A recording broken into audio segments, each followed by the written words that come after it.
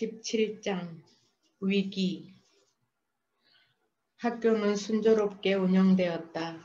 1년제 군사과는 벌써 졸업생을 배출하여 독립군으로 속속 진출했다.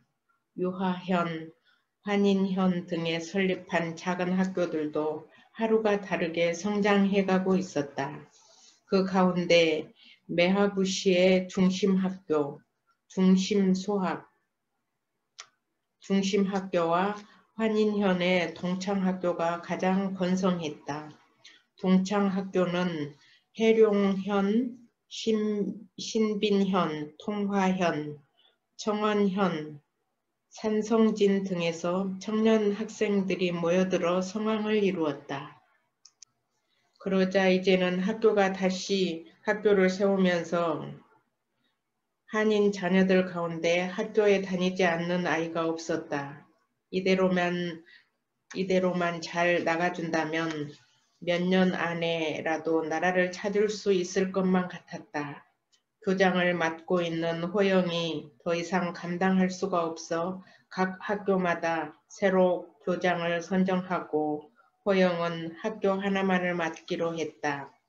학교 자금 문제도 학생들이 늘어나면서 자연스럽게 해결되어 가기 시작했다. 일이 그렇게 잘 되어가자 호영은 추가 마을에 올 때마다 흥분을 감추지 못했다.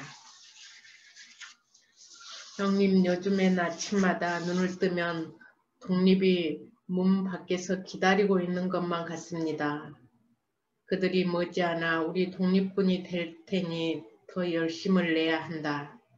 이게 다 형님께서 뿌린 씨앗 덕분입니다. 나보다 우당의 노고가 컸다는 것 하늘이 아느니라. 훗날 세상이 우당의 노고를 알아줄 날이 있을 것이다. 서경은 신흥무관학교에 대한 공을 아우 회영에게 돌렸듯이 이번에도 회영에게 그 공을 돌렸다. 그런데 만주는 무엇이든지 독했다. 여름엔 햇살이 만주 벌판을 모조리 태워버릴 것처럼 장렬했다. 겨울엔 영하 40도 추위가 땅속 2m까지 얼어버렸다. 전염병, 가뭄, 마적대가 복병처럼 숨어 있었다. 전염병이 습격했다 하면 풍토에 적응하지 못한 한인들이 파죽지세로 죽어나갔다. 마적대는 주로 한인 마을을 쑥대밭으로 만들어버렸다. 가뭄은 만주 벌판을 사막으로 만들어버렸다. 시련은 가뭄부터 찾아왔다. 가뭄은 무시무시한 산불 같았다. 풀포기 하나 없는 땅은 밟을 때마다 연기처럼 먼지가 풀풀 피어올랐다. 형제들이 가지고 온 독립자금도 바닥이 난 상태였다. 독립자금의 수혈이 절박했다. 처음에 신민회에서 결의할 때 만주에 학교를 세워 독립운동 기지를 건설하면 국내에서 독립자금을 모아 보내기로 했었다. 서경과 형제들이 돈을 모아 신흥무관학교를 세우고 동지들의 망명을 도와 한인마을을 건설하면 그 다음부터는 독립자금을 모아 학교를 운영한다는 계획이었다. 그런데 국내에서는 총독부가 105인 사건에 이어 평안도와 황해도 등 서북지역 독립운동가들을 일망타진할 작정으로 데라우치 총독 암살 미수 사건을 만들어 애국지사들을 잡아들이고 있었다. 독립자금은커녕 한 발자국도 운신할 수 없는 상황이 전개되고 있었다. 신흥무관학교 운영이 날로 어려워져 갔다. 그래도 믿을 곳은 국내밖에 없으므로 서둘러 자금을 구하러 동지 몇 명을 국내로 파견한 다음 서경이 금고를 열어놓고 200명이 넘는 학생들과 교사와 교관들을 먹이고 있었다. 금고는 마치 수문을 열어놓은 것처럼 돈이 빠져나가기 시작했다. 가장 먼저 발을 구른 건 서경의 금고직이 박경만이었다. 어르신, 이제는 금고를 닫아야 합니다. 이러다가는 금고가 바닥이 나고 말 것입니다. 언제까지 어르신이 이렇게 해야 하는지 답답하기 짝이 없습니다. 박경만이 서경을 어르신이라고 부르기 시작했다. 박경만과 김준태뿐만 아니라 한인들도 모두 서경을 대감마님이라고 불렀던 것을 고친 것이었다. 서간도 교민들이 추가 마을로 찾아든 것은 땅도 땅이지만 실은 조선의 지체 높은 가문이 옮겨왔다는 것 때문이었다. 그들은 서경 형제들이 조선의 사만갑족이라는 것을 알았을 때 마치 조국을 만난 것처럼 눈물겨워하면서 서경을 과거 신분에 맞게 대감마님이라 불렀고 회영과 다른 형제들은 한서땡 날이라고 불렀다. 회영이 신분의 벽을 허물기 위해 노비 출신 남자들에게 나으리라는 호칭을 고치라고 했을 때만 해도 서경은 호칭을 고쳐야 한다는 생각은 하지 않았다. 그런 면에서는 회영과 서경이 달랐다. 회영은 처음부터 관직에 진출하지 않은 자유인이었고 서경은 고위층 관료 출신답게 아직까지는 보수적인 탓이었다. 그런데 차츰 옛날 호칭이 불편하다는 것을 느끼기 시작했다. 또 독립운동가의 입장과도 맞지 않다는 걸 느꼈다. 그래서 과감하게 앞으로는 대감마님이라고 부르지 말 것을 주문했다. 박경만과 김준태 그리고 노비 출신 남자들은 대감마님 대신 어르신이라고 부르고 학교 교사들과 동지들 그리고 한인들은 교주님이라 불렀다. 내가 하지 않으면 누가 하겠느냐. 국내에서 소식이 올 때까지는 도리가 없는 일이다. 서경의 금고 걱정을 하는 박경만은 만재에 와서도 서경의 재산 관리를 맡았고 상황이 나빠져가자 불안을 느꼈다. 4개나 되는 창고도 점점 비어가고 있었다. 박경만은 돈을 아끼기 위해 주식인 옥수수 대신 중국인들이 오랫동안 저장해둔 묵은 좁쌀로 양식을 대체하기로 했다. 통화읍에 나가면 퀴퀴한 냄새가 나는 좁쌀이 산더미처럼 쌓여 있었다. 옥수수 값 3분의 1이면 살 수 있었다. 묵은 좁쌀밥이라니 그게 말이 되느냐. 이대로 가다가는 묵은 좁쌀도 어렵게 될 것입니다. 장정들이 그걸 먹고 어찌 산을 오르내리고 강을 헤엄칠 수 있단 말이냐.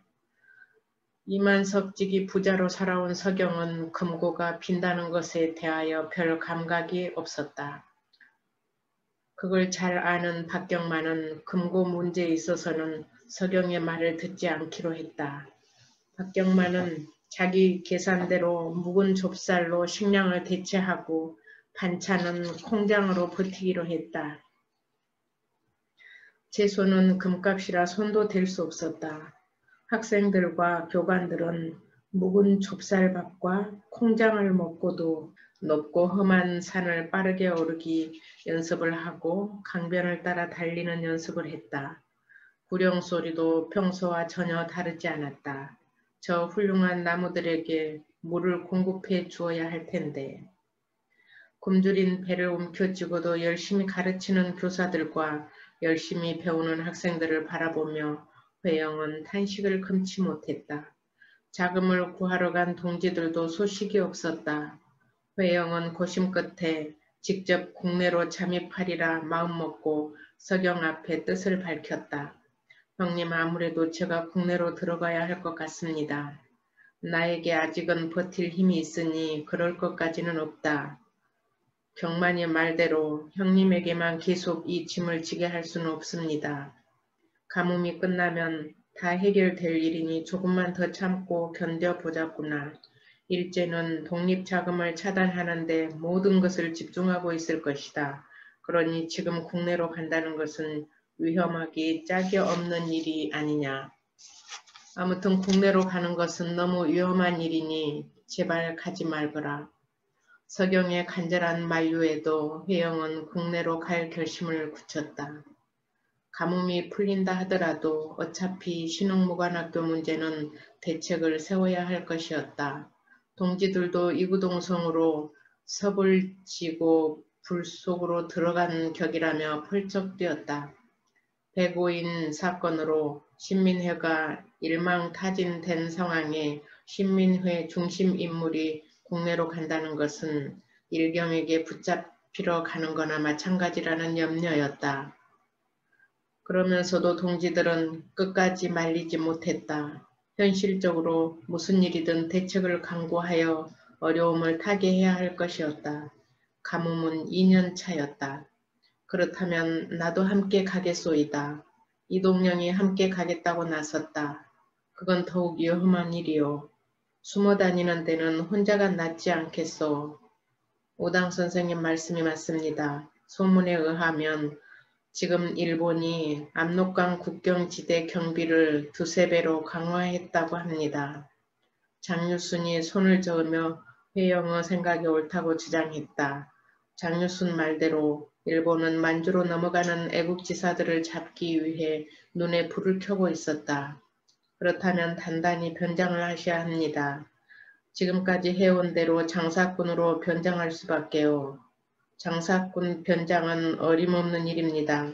우리가 국내에 있을 때는 통했지만 이젠 망명자로 판명이 났으니 전혀 딴판으로 변장하지 않고서는 그들을 속이기 어렵게 되었습니다.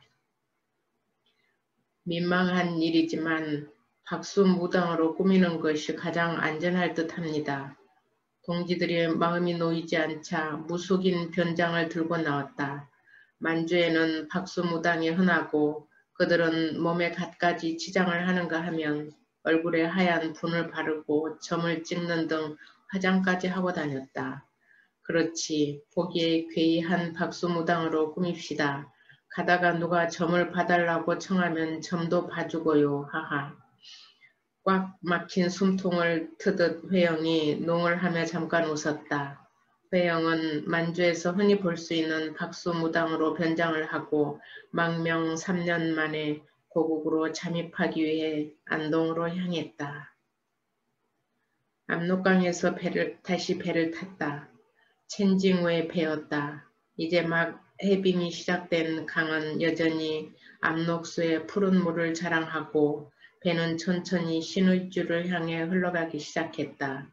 첸징후는 처음 본 점쟁이 손님을 태우고 노를 저었다. 박수무당 치고 너무 잘생겼다는 생각이 잠깐 스쳤을 뿐 무당 따위엔 관심이 없었으므로 강물을 바라보며 묵묵히 노를 저었다. 배는 강 중간쯤으로 접어들었고 노젓는 소리만 삑삑 귀에 거슬린 소리를 냈다. 녹이 슬었나 보. 회영이 먼저 입을 열었다. 요놈의 노촛은 기름 먹는 귀신이라오. 하루가 멀다 하고 기름칠을 해도 보채니 말이오. 그건 그렇고 사공양반 점을 봐주겠소. 뱃사공이 점은 봐서 무얼 하오. 됐소이다. 뱃사공도 무당을 낮추어 보았으므로 시큰둥했다. 사공은 장차 큰 배를 갖고 싶지 않소? 저 유명한 상해 황포강을 가로지르는 그런 배 말이오. 그 유명한 황포강에 아무나 배를 띄우는 줄 아시오. 말도 안 되는 소리 마시오. 내 점괘가 그리 나오니 하는 말이오. 지금부터 그런 꿈을 꾸면 충분히 그런 배를 가질 수 있다는 점괘이니 꿈을 꾸어보시오. 됐소이다. 송충이는 솔잎을 먹어야 명대로 사는 법이요. 첸징후는 여전히 착하고 겸손하기 짝이 없구만. 뉘시오. 첸징후가 노를 멈추고 획 뒤돌아봤다. 그리고 회영을 뚫어져라 바라보던 끝에 소스라치게 놀랐다. 혹시 우당 선생님 아니신지요? 이제 알아보겠는가? 선생님을 뵙다니요. 그런데 고매하신 선생님께서 어찌? 첸징후는 반가움과 놀라움이 교차해 무슨 말을 해야 할지 몰라 허둥댔다. 나를 정녕 몰라보았는가? 그랬으니 제가 함부로 말을 했지요. 죄송합니다, 선생님. 죄송하긴 내 그걸 시험해본 걸세. 일본 수비대들도 틀림없이 속아 넘어가겠지? 속다 뿐이겠습니까? 죄송하지만 무당으로도 고수로 보이십니다. 수비대 감시가 어느 정도인가? 숫자가 배로 늘었습니다. 신의주 뱃머리에 나와 있는 시간도 훨씬 잦아졌지요. 서너 달 전에는 강을 건너려다 부지기수로 잡혀간 걸 봤습니다. 제가 구하려고 했지만 불가항력이었습니다. 갈수록 발악을 하는 게로군. 부디 조심하셔야 합니다, 선생님. 첸징우는 그동안 망명자들을 태워주면서 겪은 갖가지 이야기를 자랑하고 싶었지만 독립운동 상황이 좋지 않은 것 같아 입을 다물고 말았다. 첸징우는 지난해 그 일을 생각하면 언제나 가슴속이 뜨끈했다. 첸징우는 회영이 망명을 떠나면서 부탁한 대로 그해 겨울이 다가도록 망명자들을 건네주기에 바빴다. 망명자들 가운데는 치밀한 계획도 없이 끓어오른 분노만으로 무턱대고 강을 건너는 사람들이 많았고 그런 사람들은 10중 8구 압록강 수비대의 사냥감이었다. 돈이 없어 꽁꽁 강을 걷다가 동사하기도 했다. 첸징우는 그런 사람들을 발견할 때마다 얼음 위를 걸어가는 사람과 죽어있는 시신을 거두어 안동으로 부지런히 날랐다. 수비대는 죽은 사람도 산 사람을 잡은 거나 마찬가지로 취급하여 경무청으로 넘긴 탓이었다. 그해 겨울 건네준 애국지사들이 수백 명이었고 시신만 해도 수십 구였다. 첸징우는 산 사람을 건네주든 죽은 시신을 거두어 주든 언제나 우당 선생님 부탁입니다. 라고 말했다. 도망자를 태우고 가다 수비대가 쏜 총에 맞은 적도 있었다. 2년 전 겨울이 끝나가는 1월 말경 5명의 청년들이 얼음 위를 달리고 있었다. 일경에게 쫓기는 사람들이었다. 첸징우가 날쌔게 썰매를 몰고 달려가 앞을 가로막았다. 어서 타세요. 일 없어 다른 데로 가보시오. 안동까지 천리길이 넘는데 이대로 걷다가는 수비대가 쏜 총에 맞거나 동사하고 맙니다. 싹은 받지 않습니다. 그게 참말이요. 일행 중 가장 어려 보이는 청년이 혹했다. 안 된다. 잘못하다간 일본 놈들에게 넘겨질지도 몰라. 우당 선생님이 부탁하셨기 때문이요. 그분이 누구요? 항일 투사신데 지체가 매우 높은 분이십니다. 조남을 말해보시오. 그냥 우당 선생님이라고만 알고 있소이다.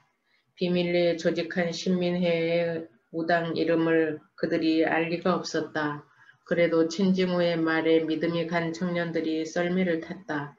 청년들이 올라타자마자 등 뒤에서 수비대가 탄 썰매가 뒤쫓고 있었다.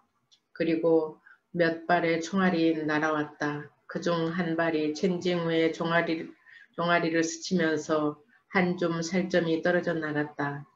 줄줄 피를 흘리면서도 첸징우는 날쌔게 썰매를 몰아 수비대를 따돌리는 데 성공했다. 안동에 닿자 남자들이 꽁꽁 얼어 있었다. 두툼한 속옷을 입어도 견디기 힘든 추위에 급히 피하느라 허술한 옷차림이었다. 첸징우는 얼음 덩어리로 변해버린 사람들을 안동 땅에 내려주는 것으로 끝내버릴 수가 없었다. 죽을 게 뻔했다. 자기 집으로 데려갔다. 내가 마치 조선 독립군이라도 된 듯하구나. 첸징우의 아버지가 아들이 입은 상처를 안타까워하며 한탄했다. 발이 온 청년들은 당장 걸을 수가 없었다. 동상을 입은 것이었다. 첸징우 집에서 달포를 머물며 치료를 받고 나서야 겨우 길을 나설 수 있었다. 살려준 은혜를 무엇으로 갚아야 할지 모르겠소. 자자손손 복이나 많이 받기를 바라오. 내가 한 게 아닙니다. 우당 선생님께서 부탁하신 일이니 그분께 고마워하시오. 청년들이 첸징우를 향해 고맙다는 인사를 하자 첸징우는 어김없이 또 그렇게 말했다. 뱃사공 첸징우가 몰라볼 정도로 완벽한 변장 덕분에 회영은 전혀 의심받지 않고 압록강변의 철통 같은 감시를 벗어나 서울로 잠입했다. 아, 내 조국, 내 고향 냄새. 도성 정중앙을 바라보는 종현 산마루는 변함없이 그 자리에 있었다.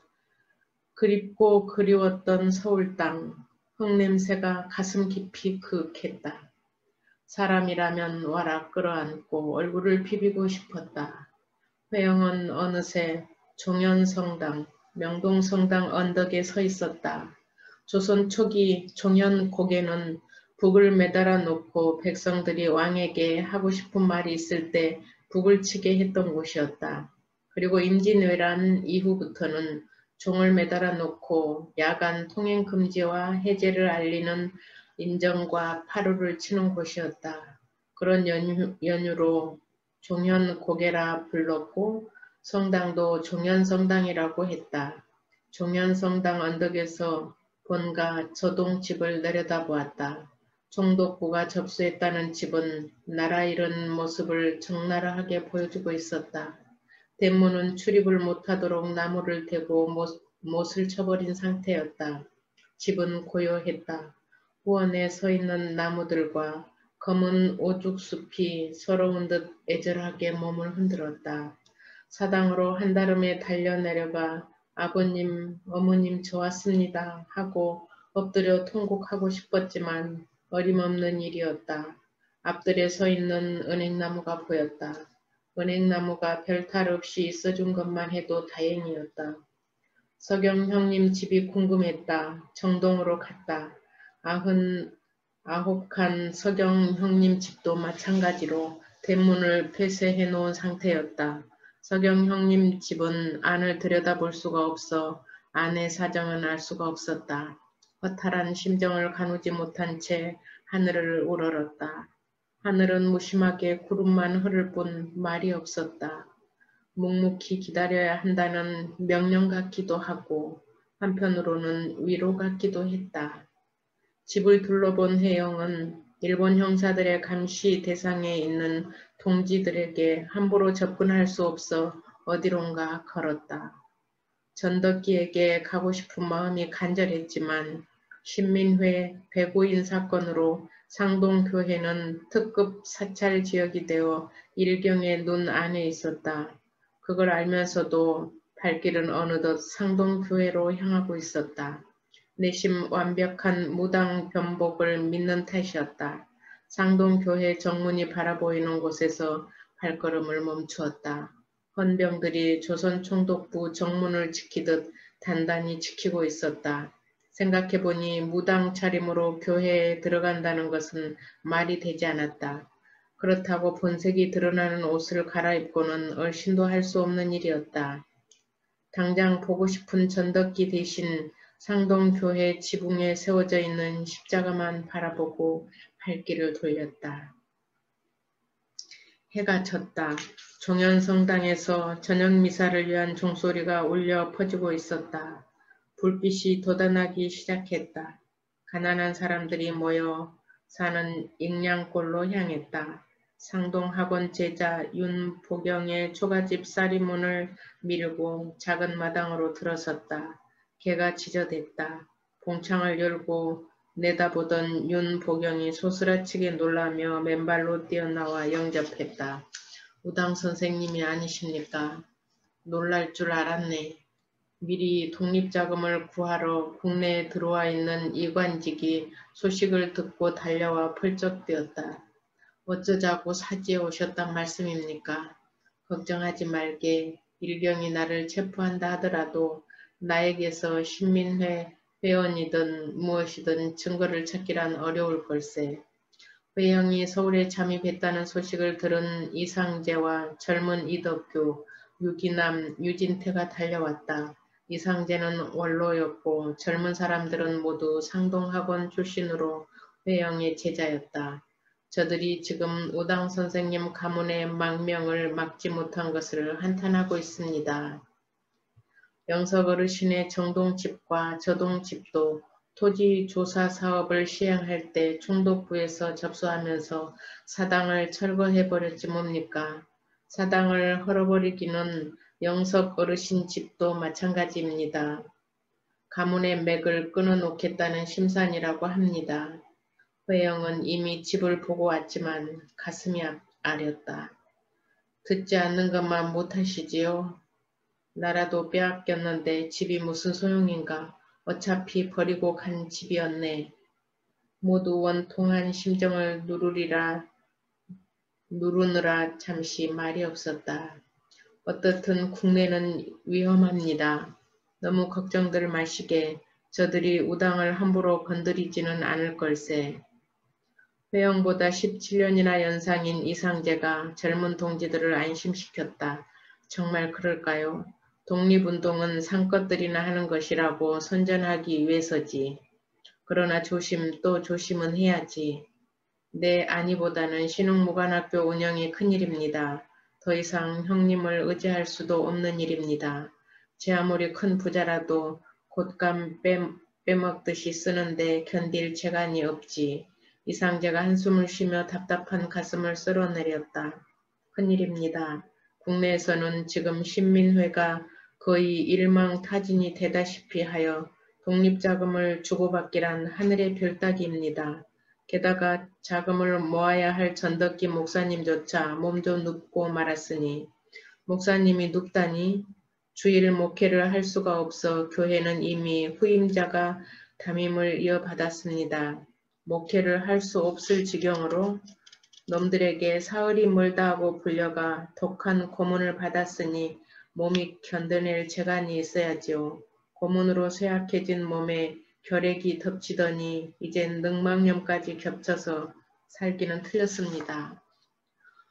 회영이 자리를 박차고 일어섰다. 가시면 안 됩니다. 상동교회 주변에는 헌병대만 지키고 있는 게 아니라 형사들이 구석구석에 숨어 한시도 떠나지 않는다고 합니다. 목사님이 가택연금을 당한 것입니다. 전덕기를 만나보고 싶은 마음을 겨우 눌러 참으며 회영은 차일피일 시간을 보내고 있었다. 그리고 어려운 윤보경의 집에 오래 있을 수 없어 보름 만에 소격동 유진태의 집으로 옮겼다. 그때 전덕기 목사가 위독하다는 소식이 날아들었다. 더 이상 참을 수가 없었다. 회영이 동지들의 만류를 뿌리치고 일어섰다. 수요일 밤 예배 시간을 이용해 용케 목사관으로 숨어들었다. 전덕기는 마른 갈대처럼 누워있었다. 결핵으로 폐가 망가진 데다 늑막염으로 옆구리에서 농이 흐르는 것을 12살 어린 아들이 환부에 난 구멍에 약수를 받는 대롱처럼 버들잎을 말아넣고 흘러내린 농을 받아내고 있었다. 아, 우당 선생님. 전덕기가 탄식에 가까운 반가움을 토했다. 회영은 꺼져가는 전덕기 앞에서 전신이 마비된 듯 했다. 남달리 튼튼한 체격과 잘생긴 이마와 눈망울이 헛개비로 변해 있었다. 전덕기가 아들에게 의지해 일어나려고 몸을 움직였다.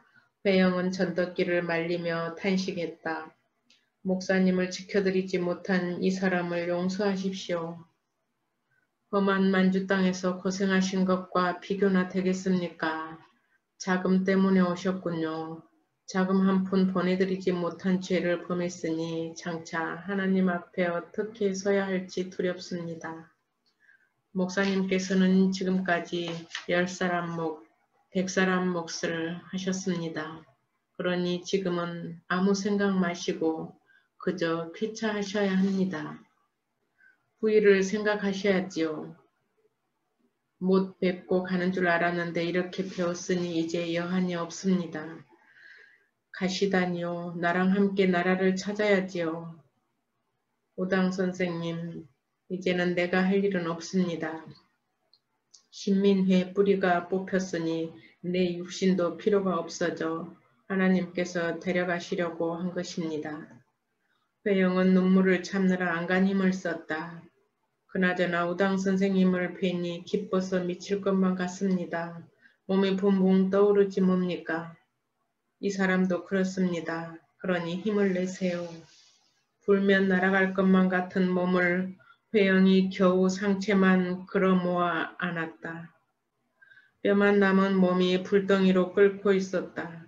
전덕기와 함께 상동학원을 운영했던 일이며 헤이그 밀사를 모의하던 일들이 눈에 선했다. 목사님, 우리가 학원을 운영하고 신민회를 만들었던 일들을 기억하시면서 부디 힘을 내셔야 합니다. 비록 슬픈 현실이지만 그때 일이 자랑스럽습니다. 신민회가 해체되어 우리 동지들이 뿔뿔이 흩어졌다 하더라도 그 뿌리는 영원할 테니까요. 전덕기는 그날을 떠올리며 무척 흡족한 미소를 지어 보였다. 그리고 유언하듯 말했다. 선생님께서는 부디 몸을 잘 보존하셔야 합니다. 그리고 광복을 맞이한 날 기쁨을 제것까지 누리셨다가 후일 저에게 전해주세요. 참 제 큰아이는 이승만 선생이 미국으로 데려갔는데 제법 심부름도 잘하고 공부를 잘해 교민들 사이에 칭찬이 자자하다고 합니다.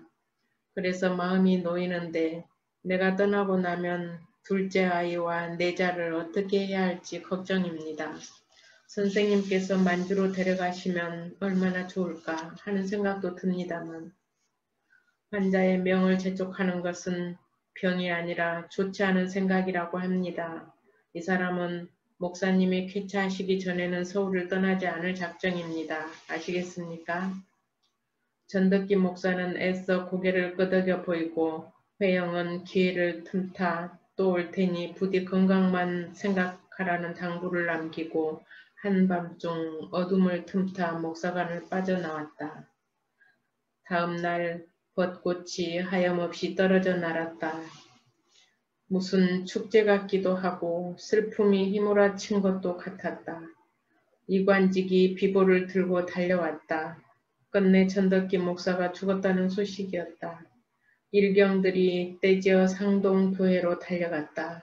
전국에 숨어있는 애국지사들이 상경할 것을 대비해서였다. 장례는 상동교회장이었다. 상동 장터 일대를 중심으로 명례방 사람들이 모두 거리로 쏟아져 나와 인산인해를 이루었다. 상여 행렬이 가도 끝없이 이어지면서 헐렁이는 만장이 강물처럼 흘렀다. 사람들의 울음은 조국을 슬퍼하는 눈물로 장안을 적시고 총독부는 바짝 긴장한 눈으로 전덕기 목사의 마지막 가는 길까지 호시탐탐 감시하기에 바빴다. 회영은 거지 형상의 변복을 하고 행렬에 섞여 전덕기를 전송하며 울었다. 이상재, 윤보경, 이경학, 유기남, 유진태 등도 모두 변복을 하고 멀리서나마 39세 젊은 동지와 이별을 하고 있었다. 회영은 마지막으로 전덕기를 향해 당신이야말로 우리 신민회의 시작이고 종말입니다. 라고 속으로 소리쳤다. 전덕기를 태운 꽃상여는 슬픈 시대의 한을 안고 상동 장터를 유유히 빠져나가고 있었다.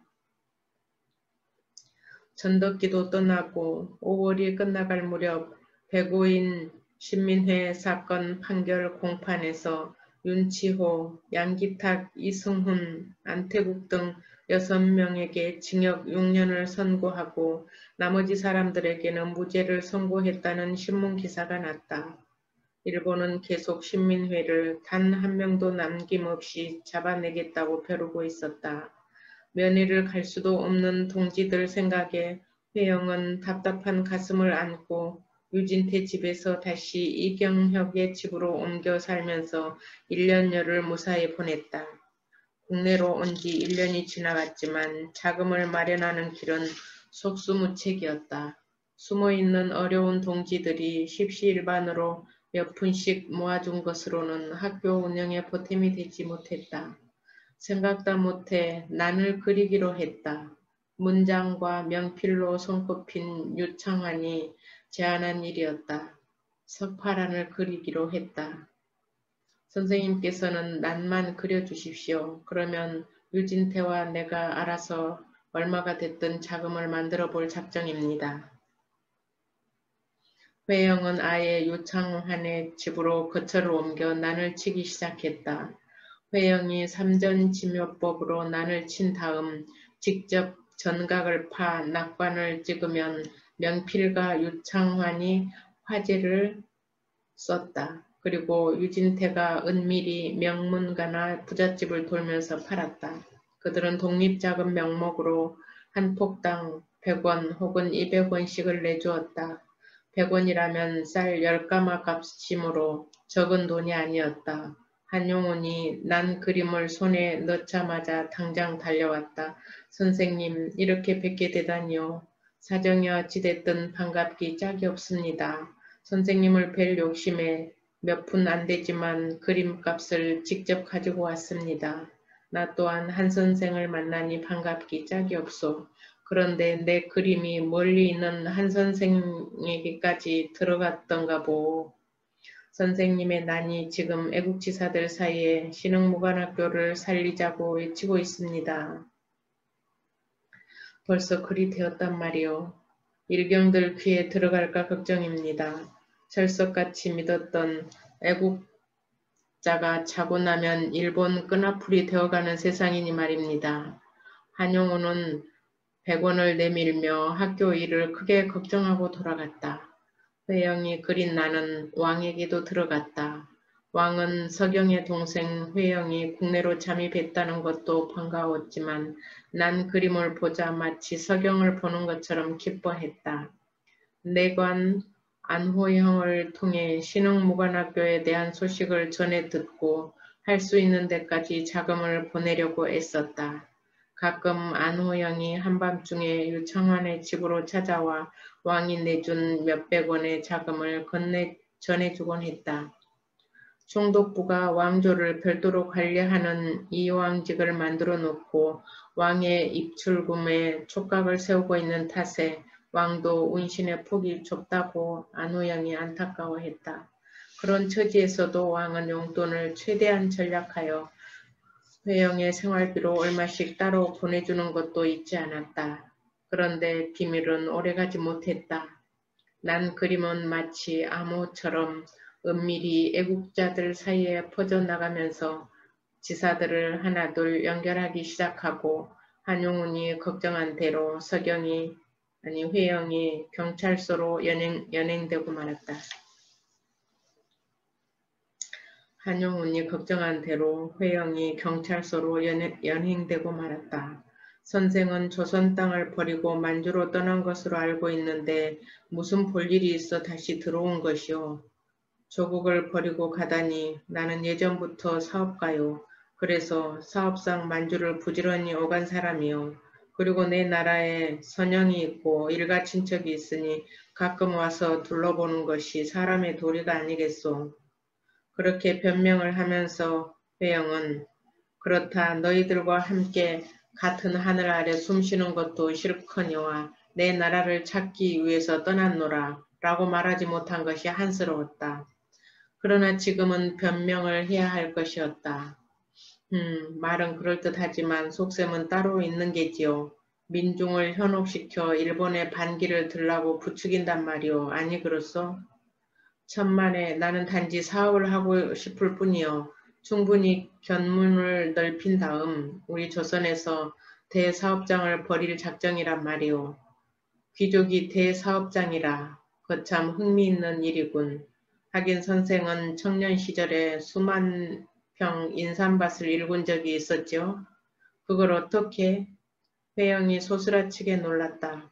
그때 경무청 후쿠다 요시모토 고문이 내 할아버지였소. 내 할아버지께서 평생 잊을 수 없는 모욕을 당하셨다고 돌아가실 때까지 말씀하셨지. 정말 우리 할아버지께서 선생을 잘 기억해 두라고 당부하셨는데 이렇게 만나다니 반갑기 짝이 없소이다. 회영을 맞은 건 인삼밭을 망쳐버린 후쿠다 요시모토의 손자 후쿠다 오시 주임이었다. 나도 잊지 않고 있소이다. 후쿠다 요시모토를. 그는 대도였소. 2만 평 6년근 인삼을 모조리 도적질한 범법자였단 말이오. 회영은 그날을 생각하며 흥분하고 말았다.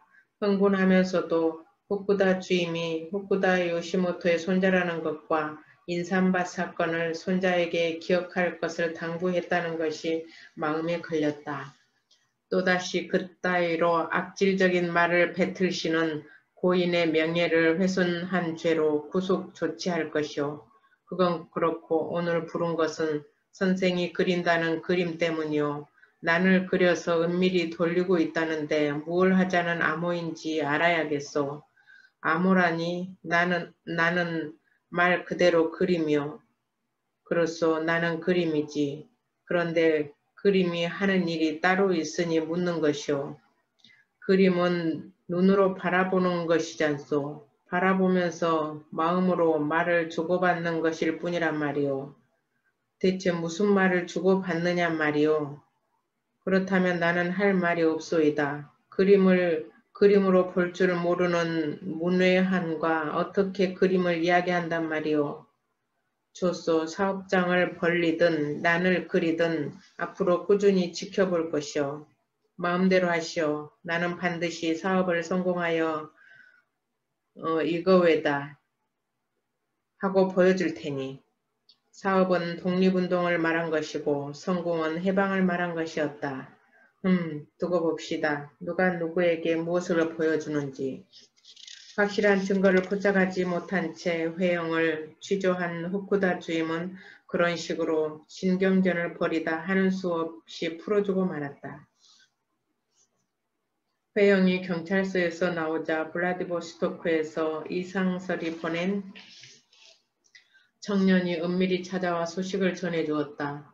이상설은 블라디보스토크에 대한광복군 정부를 설립할 것이고 상해의 영국 조계 내에 배달학원을 설립하여 민족교육을 하고 있는 박은식, 신규식과 만나 신한혁명당을 조직하여 무력으로 독립을 쟁취해 나갈 계획이라고 했다. 그런데 놀라운 것은 왕과 의친왕 이강을 망명시켜 무력투쟁을 본격화한다는 계획이었다. 회영은 폭탄을 가슴에 품은 듯 떨리고 기뻤다. 성공만 한다면 국내외적으로 세상을 뒤집어 놓을 것이었다. 그런데 다시 후쿠다 주임이 회영을 경찰서로 불러들였다. 선생께서도 독립운동을 하고 싶은 것이지요. 천민이나 상것들이나 하는 그런 무식한 짓거리 말이요. 독립운동을 하는 것은 자식이 부모를 섬기는 일이나 마찬가지니 이 나라 백성이라면 마땅히 해야겠지요. 그런데 나는 그러질 못하니 조국 앞에 부끄러울 따름이요. 그런데 선생 눈빛을 보면 자꾸 혁명가라는 생각이 드니 어쩌지요? 우리 할아버지께서 선생을 주시해야 할 인물이라고 당부하신 대로 말이오. 나는 그런 인물이 되지 못한 것이 한이라고 하지 않았소. 거짓말하지 마시오. 생각은 제 마음에서 우러나오는 것이니 그걸 누가 막겠소. 좋을 대로 생각하는 수밖에. 회영은 몹시 기분 나쁜 인연 앞에서 잠시 쌍을 찌푸렸다. 후쿠다는 단도직입적으로 나오기 시작했다. 이상설을 알지요? 선생의 중마고우 말이요. 그로써 나와는 어려서부터 함께 수학한 것이요. 그런데 수만리 밖에 있는 그를 왜 나에게 묻는 것이요. 선생의 중마고우가 심상치 않다는 첩보요. 그리고 선생은 국내에 체류 중이고 뭔가 이상하지 않소? 당신들 눈에는 조선 사람이 기침만 해도 이상한 법 아니오. 오늘 선생을 부른 것은 이런 식으로 말싸움이나 하자는 것이 아니란 말이오. 중마고우를 설득해 주어야겠소. 이상설에게 지금이라도 우리 일본에 귀화하면 헤이그 밀사 문제로 사형 선고 받은 죄를 모조리 사면시켜줄 뿐만 아니라 북이 영화를 보장한다고 전하시오. 전에 성균관장을 거쳐 참찬으로 있었으니 총독부에서 그 이상의 대우를 충분히 한다고 말이오. 이상설을 모욕하지 마시오, 후쿠다 주임.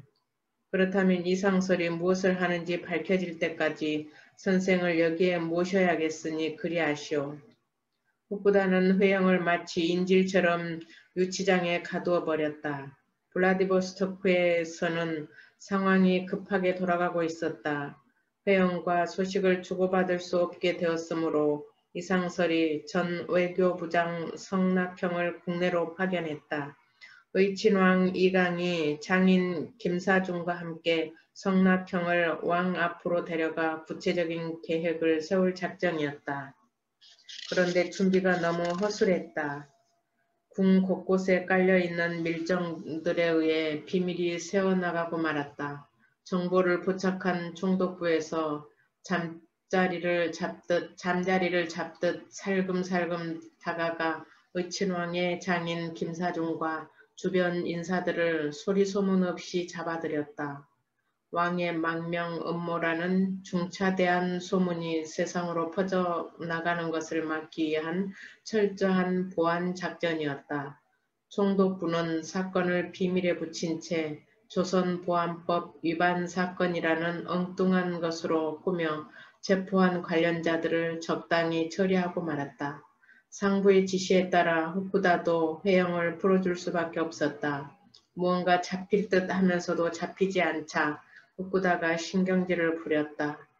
지금은 이쯤에서 보내주지만 언젠가는 다시 만나게 될 것이오. 언젠가는. 3개월 만에 풀려나 돌아온 회영이 원통하여 팔을 굴렀다. 실패한 거사를 그렇게 흘려보낼 수 없어 머리를 싸맸다. 무슨 수를 써서라도 왕을 망명시킨다면 왕이 나서서 나라찾기 운동의 선봉에 선 것이 될 것이었다. 그러면 외국의 주목을 끌 것이고 친일파 귀족들에게는 큰 충격을 줄 것이었다. 뿐만 아니라 그동안 산발적으로 일어났다가 바람 앞에 촛불처럼 사라져버린 의병 봉기도 대대적으로 일으켜 세울 수 있을 것이었다. 문제는 일본이 철통같이 에워싸고 있는 왕과의 밀통이었다. 이상설이 진행해온 거사를 실패한 것도 바로 그것이었다. 그러나 뾰족한 묘안 없이 실망하고 일본은 왕의 주변 감시를 더욱 강화하여 개미새끼 한 마리 얼씬 못하도록 봉쇄하는 데 주력하고 있었다. 고민 중에 2년이란 시간이 흘러가고 또 벚꽃이 피어 한창인데 비보가 날아들었다. 이상설이 러시아 니콜리스크에서 피를 토하며 사망했다는 소식이었다. 전덕기를 보내고 꼭 3년 만이었다. 두 사람이 마치 약속이라도 하듯 같은 달인 3월에 세상을 떠난 것이다. 전덕기가 갈 때처럼 벚꽃이 한방눈처럼 날고 있었다. 내 혼도 불사르라 했다는 이상설의 유언을 전해들었다. 회영은 밤새워 통곡했다. 전덕기는 그나마 품에 안아봤으나 이상설은 만져볼 수도 바라볼 수도 없는 머나먼 러시아 땅이었다. 회영은 러시아 쪽으로 흘러가는 구름을 바라보며 이상설이 이루지 못한 거사를 가슴에 품었다.